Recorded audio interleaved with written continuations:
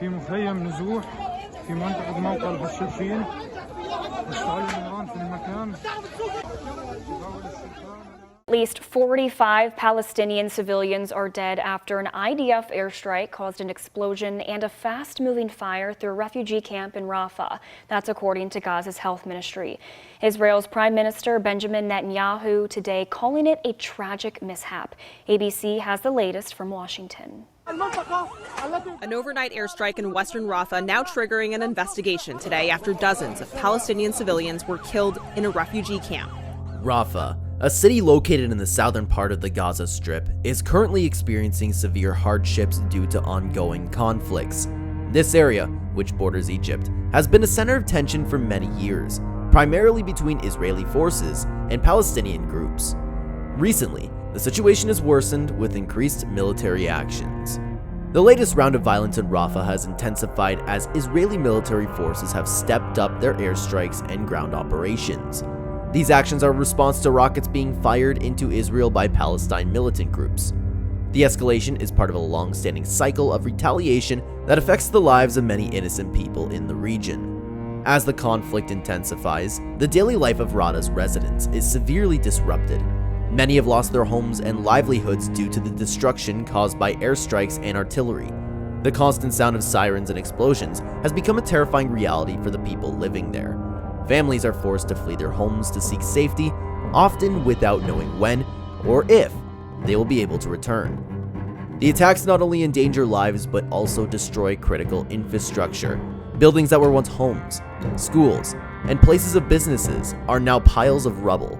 The damage to roads and utilities like water and electricity makes it even harder for residents to carry out their daily activities and for aid to reach those in need. Amid this chaos, the humanitarian situation in Rafah is deteriorating quickly. With each passing day, more and more people find themselves without a safe space to live, facing an uncertain future. As the world watches, the urgent need for a resolution and support for the victims of this conflict grows. The overview sets a stage for understanding the broader implications of conflict in Rafah, highlighting the urgent humanitarian need and the complex political backdrop. The people of Rafah are caught in the midst of a struggle that impacts their safety, security, and basic human rights. The increased violence in Rafah has led to serious humanitarian crises. As the fighting continues, more and more families are losing their homes, which are being destroyed in airstrikes and ground operations. The loss of these homes means that thousands of people, including children, the elderly, and the disabled, are now without a safe place to live. In response to their homes being destroyed, many families have had to find shelter in makeshift tents. These tents are often just simple structures made of cloth and plastic. They offer very little protection from the weather, which can be extremely hot during the day and cold at night. The conditions inside these tents are tough. They are cramped, which makes it hard for families to have any privacy space of their own. Living in these temporary shelters also means living without basic necessities. One of the biggest challenges is lack of clean water. Without access to clean water, daily activities like drinking, cooking, and washing become difficult and can lead to health problems. Food is also scarce, as the conflict makes it hard for supplies to reach those in need. Families often have to rely on aid from humanitarian organizations, which can be inconsistent and insufficient due to the ongoing conflict. Furthermore, healthcare is a critical issue. Many medical facilities in Rafah have been damaged or destroyed, and those that are still operational struggle to cope with the influx of injured and sick individuals.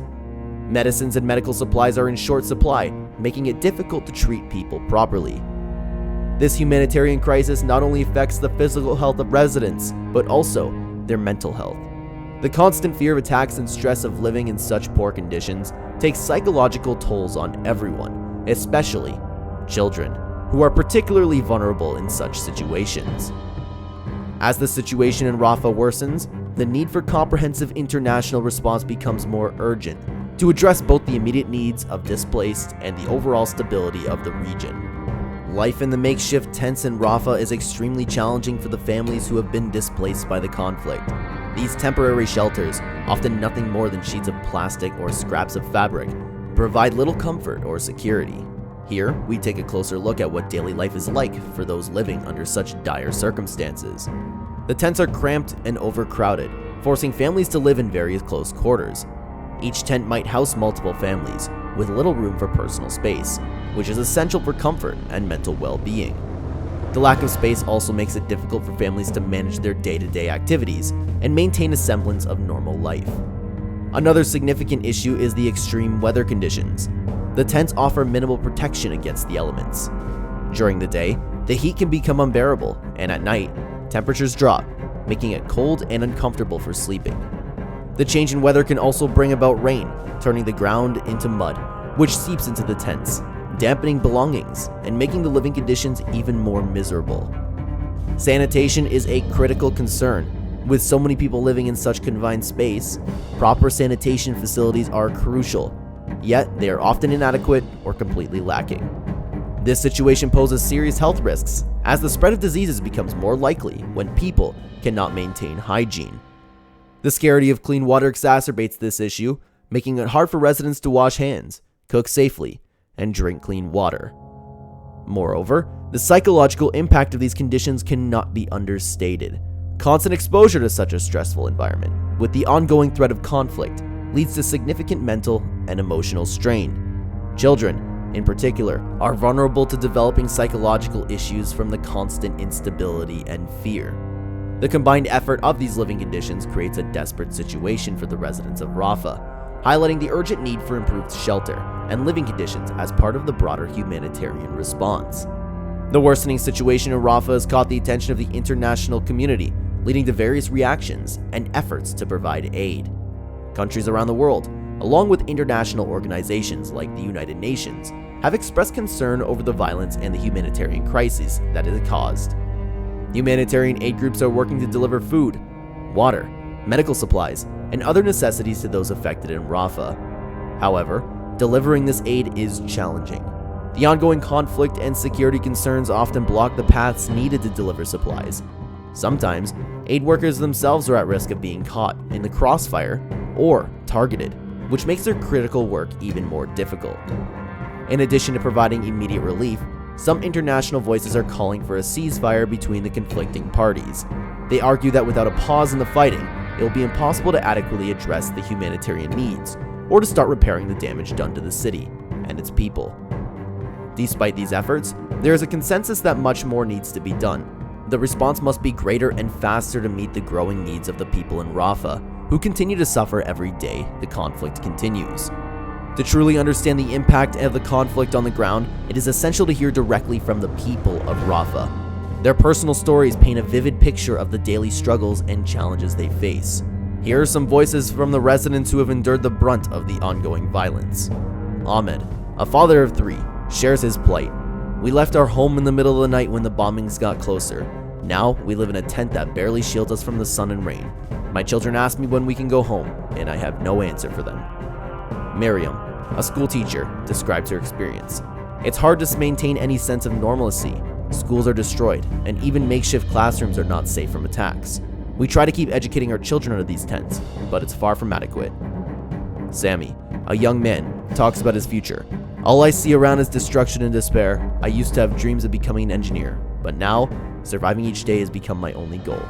Hala, a nurse, outlines the healthcare challenges. "We are doing our best with limited medical supplies we have. Each day brings in new cases of injuries or sickness. It's overwhelming, and sometimes it feels like we're fighting a losing battle against the suffering." These testimonies highlight the resilience and despair of the people living in Rafah. Their stories underscore the urgent need for peace and sustained humanitarian aid to restore and rebuild lives torn apart by the conflict. The ongoing conflict in Rafah is not just a local issue.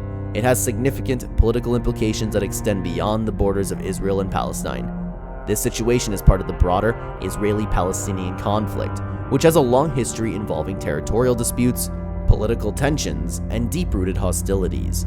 Internationally, the situation in Rafah affects relationships between Israel and its neighbors, as well as its allies around the world. It also impacts how Palestinian groups are viewed and supported internationally. Many countries and international organizations are trying to mediate peace, but progress is slow and often hindered by new escalations. The continuous cycle of violence undermines efforts for a lasting peace and further complicates the prospect for a two-state solution, which may consider being a viable end to the conflict. The situation in Rafah is a critical point that reflects the broader instability in the region and the difficulties in achieving peace. Looking forward, the situation in Rafah poses the question of how peace can be achieved in such a turbulent environment. Key to resolving the conflict will be engaging in all parties in meaningful dialogue aimed at addressing the core issues that fuel violence. International mediation and pressure may help to facilitate this dialogue and create a more stable environment for negotiations. In the meantime, increasing humanitarian aid and support are crucial to alleviate the suffering of the people in Rafah. Global awareness and a concentrated effort from the international community could pave the way for a sustainable peace in the future. As we conclude today's discussion, it's clear that the situation in Rafah is complex and an evolving crisis that requires immediate attention and action from the global community. The plight of the Palestinian families living in tents is a stark reminder of the human cost of conflict. It's crucial that all parties work towards a sustainable solution that addresses both the immediate humanitarian needs and the long-term political issues. Thank you for tuning in. Don't forget to stay informed and stay engaged with global humanitarian issues.